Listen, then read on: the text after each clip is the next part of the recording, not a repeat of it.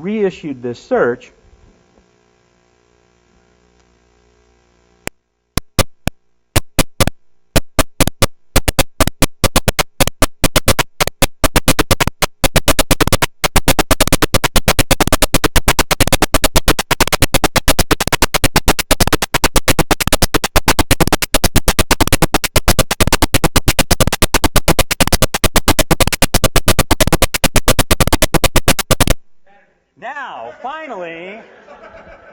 Now finally, there's a little notification box over here that says that this book is available in your local library, and when we click on it, it's going to take us right to that book, and we can see that it's available in 3 of the libraries in the Minuteman Library Network.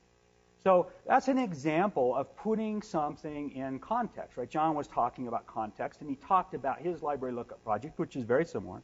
Right? The idea is that when I'm looking at a book, I don't want to go to some other website and go through 15 pages in order to find it. What I want is something that puts the stuff that I care about, whether the book is available at my local library, in context. So that's the demo. So now we'll go back into this slide.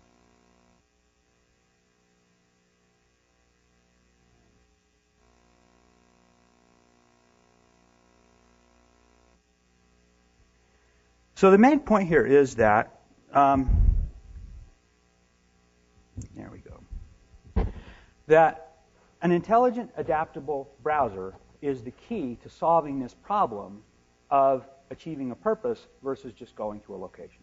Now, browsers have kind of gotten faster, they've gotten better, they've gotten slicker, but they haven't gotten necessarily a lot smarter in terms of what we want them to do, right? People have written things like Grease Monkey. Our hope is to change that with some of the things that we're going to talk about. So I'm going to shift gears a little bit. That's kind of the here's what Kynetx does part of the talk. Now I'm going to talk about web programming and why web programming can be hard and what we hope to do about it. So let's talk about a very simple application. This is an application to calculate exchange rates. All it's going to do is let you enter the exchange rate. Well, it's going to let you enter the amount that you want to exchange. It's going to let you enter the exchange rate. That's going to show you the new amount. Now, if I were to write this in a traditional programming language, it would look like this. Right? Read the amount, read the rate, print the amount times the rate. I mean, that is such a dead simple program that you could do that probably the first week, maybe the second week of an introductory programming class, and everybody would get it. Now, let's talk about what it takes to do that online. And ignore the idea of, well, we got to create HTML and all of that. That's not what I care about, because that's just display. We can solve that problem. Okay, so the first thing we got to do is we're going to have a page that grabs the amount. And then we're going to have a page, when you click on that, that grabs the rate. And then finally, we're going to have a page that shows you the result. Now, you might be saying, yeah, but I could put both of those boxes on the same page and just have one click. That's not the point. The point is there are plenty of places online where you have to have multiple page views in order to get to the results you want. Right? Checkout carts, for example, where they have to get your location before they can tell you the shipping or something like that. So this is just an example. So what makes this hard to do online? Well, one of the things that makes this hard to do online is that the programmer has to remember the amount on that first page and make sure that it's available on the last page for the calculation. The second thing the programmer has to do is the programmer has to sequence these things. Now, in this case, it's pretty easy, right? You just click and it sequences. But in complicated websites, sequencing all of the pages and figuring out how they work is pretty hard. You don't think about that when you're programming. When you're programming, the sequence comes as a part of the language that you're using. You don't have to explicitly go create the sequence. You also don't have to explicitly create these linkages between values in different parts of the program. For example, if you can, I won't go back to the program. I should have put it in here. I won't go back to it. But if you think about that, you just know that the amount in the third line is the same as the amount on the first line, right? You just know that. No, you don't have to do anything special to make that happen. Scoping makes that happen for us. So one of the things that's happening is programming languages are taking care of data for us. They're managing the data. The second thing programming languages are doing for us is they're managing the control or the control flow of the program. And now, to make this even a little bit harder, this is only one server, right? We're just creating this one program on one server. What if we want to have a program that works with data from lots of servers? Now we're getting even more complicated. In short, the programmer on the web is kind of left to pick up all these pieces by themselves. They have to think about all of these things. They have to make sure they store the results away. They have to make sure that they're sequencing everything right. And that's a source of a lot of programmer overhead. So I'm going to talk about a new programming model for building online applications. And it's a little different than what you might think of if you're a PHP programmer or a Perl programmer or something else and you built websites. I want to think about the web as a reactive system. So that something, right, sometimes a person, sometimes a server, something does something, and then some other server or some other program on the client has to react to that. And that's typically what we think of happening. When in the example I just showed you, right, the program is reacting to the click events that the user puts in. So the user types something, clicks, shows a result.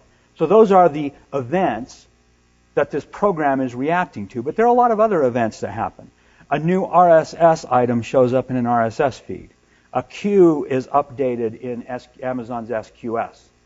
An email message is received.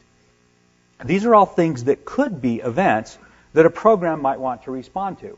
And if you've ever built a web program that also has to respond to email, you know that getting all of that right and making sure it happens correctly can be a pain in the neck.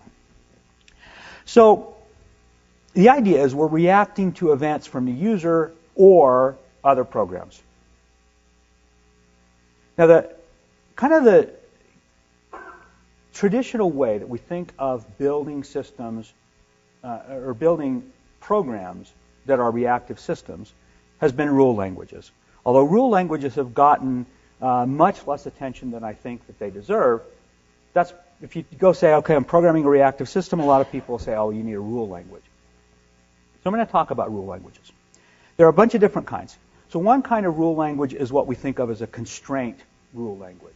Right? These are often used for just saying, here are the rules around which travel works, right? I want to say, what's my travel policy? I could use a rule language that describes the constraints around my travel policy.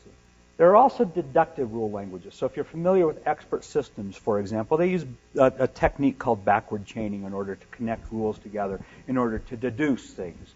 And then the third kind is responsive. And since I've already told you that we're thinking about reactive systems, you probably can guess that that's the kind of rule language that we're really interested in. Although there are places where we might be interested in the other two. So here's what a typical reactive rule looks like, kind of in pseudocode. When some event happens, if a condition is true, then take some action. That's kind of the traditional template that we would use. And you'll see that we're going to use this template a lot. Now, I think of these as actually ECAE rules, right?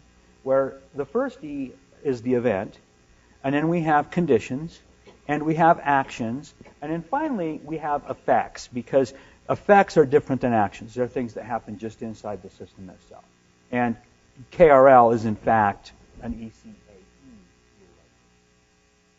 So here's the architecture that this all works in, because obviously to make this all work, you've got to have events, you've got to raise events, you've got to have something that responds to events, and this is kind of the simplified architecture.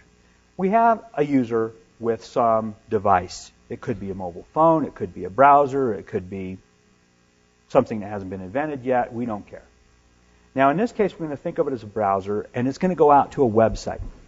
And when it goes out to that website, there's a browser extension, which is working in concert with the browser, and it makes a call out to the Kynetx network service, which is a service that runs in the cloud.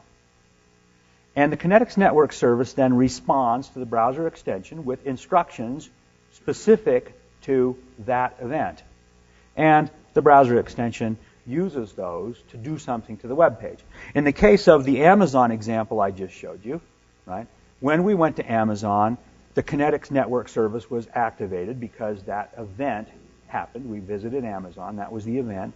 And the instructions that came back said, place this notification on the page.